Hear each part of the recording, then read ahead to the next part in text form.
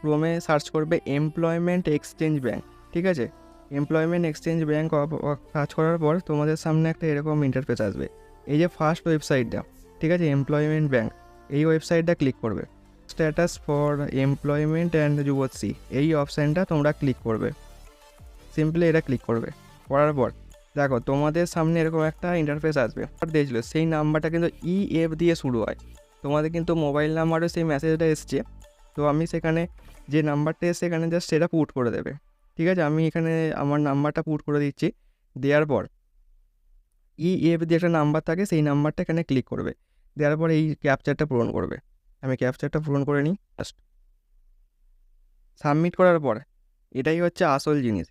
দেখো সাবমিট করার পর তোমাদের সামনে যদি এরকম ইন্টারফেস আসে, ঠিক আছে, enrol under employment bank not consider under Yuvashree, মানে এটা কি বলতে চাইছে,